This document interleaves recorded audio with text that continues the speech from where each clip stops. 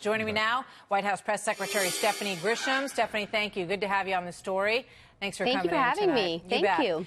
So let's go through a couple of the things that were brought up in Mike's report. One is that John Bolton did not testify today. That might happen in the future. Is the White House glad that he so far is resisting sitting down to speak to the folks on Capitol Hill?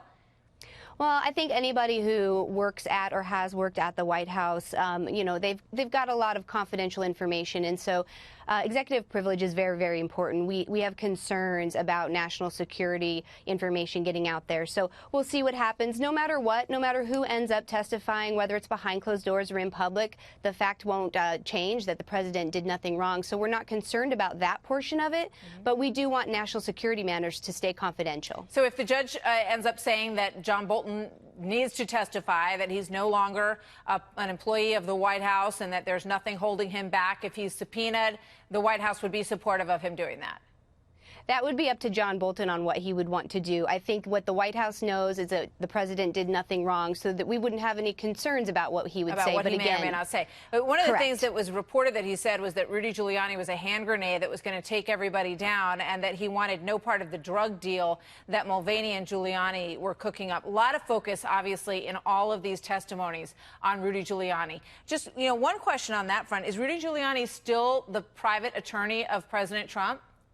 To my knowledge, he is, but I don't get into conversations or information about anything that the president does with his personal attorney. So, but he's no longer involved in any investigation that would be ongoing with regard to the Ukraine? Again, I would have nothing or any information with Rudy Giuliani. That's something you would have to ask him. He's not an employee of the White House, and I wouldn't have any information about what he and the president talk about. That would be his president, or the president's personal attorney. Okay. The Washington Post reported something that I know that you guys have shot down, that the president wanted Bill Barr to go out and, you know, sort of publicly vouch for him with regard to this Ukraine situation. But they also reported that there's a bit of distance on all of this between the White House and the Justice Department. Is there any change in the relationship or the president's support of Attorney General Bill Barr? No, there's not. And exactly what you said. You know, the president made clear this morning that the Washington Post piece was fake news and it was full of anonymous sources. And the facts there are that the Justice Department did look over the transcript at their criminal division, and they said publicly that the president did nothing wrong. So I think that what the Washington Post reported was just more palace intrigue. It's unfortunate that the media continues to try to find palace intrigue when there's a lot of other things that they could be covering. Yeah, well, there's a lot of things going on. There's no doubt about that. Absolutely. Back during the Russia probe, the president was openly frustrated that Attorney General Jeff Sessions was not more supportive and that he backed off that investigation. Now it looks like Jeff Sessions may be running for Senate in Alabama. Will the president support him? Will he endorse his former Attorney General in that race? We'll see what happens. I honestly don't know the answer to that. We'll see what happens there. Would there be any reason why he wouldn't support him in that race? Again, I haven't talked to the president on that one, so I'll wait and see and talk to him and maybe do your show another time and tell you that. All right. Let us know. So with regard to this China trade deal that looks like it may be coming together, at least parts of it, I know that the president, I assume, was very happy with the fentanyl agreement in terms of the arrests that took place of Chinese members, people in China who were pushing fentanyl into the United States. But are we getting anywhere on intellectual property or technology theft as part of the initial phase of this agreement?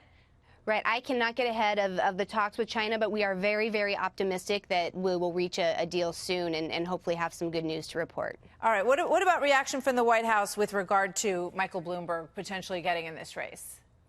I don't even think I can talk about that and without getting a Hatch Act violation. But no matter who runs against the president, it's not going to matter. He's got the results to show that he's doing great things for the American people. So it doesn't matter who ends up running against him. The president will win.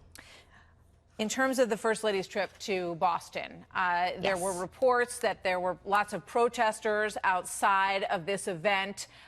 Your reaction to that? So the First Lady went to Boston Medical Center to speak with them about some of their wonderful programs that are helping babies who are born addicted to drugs and programs to help mothers and families who deal with that. You know, it was very, very sad and disappointing to me that the media chose to say that it was a group of 250 employees who protested out of 6,000. So not a lot of protesters. Personally, of course, people have the right to protest, but what she was doing was very, very important, and she's going to continue to do that. She's shining a light on a lot of programs across this country to help children. And I don't know how anyone can protest that, to be honest with you.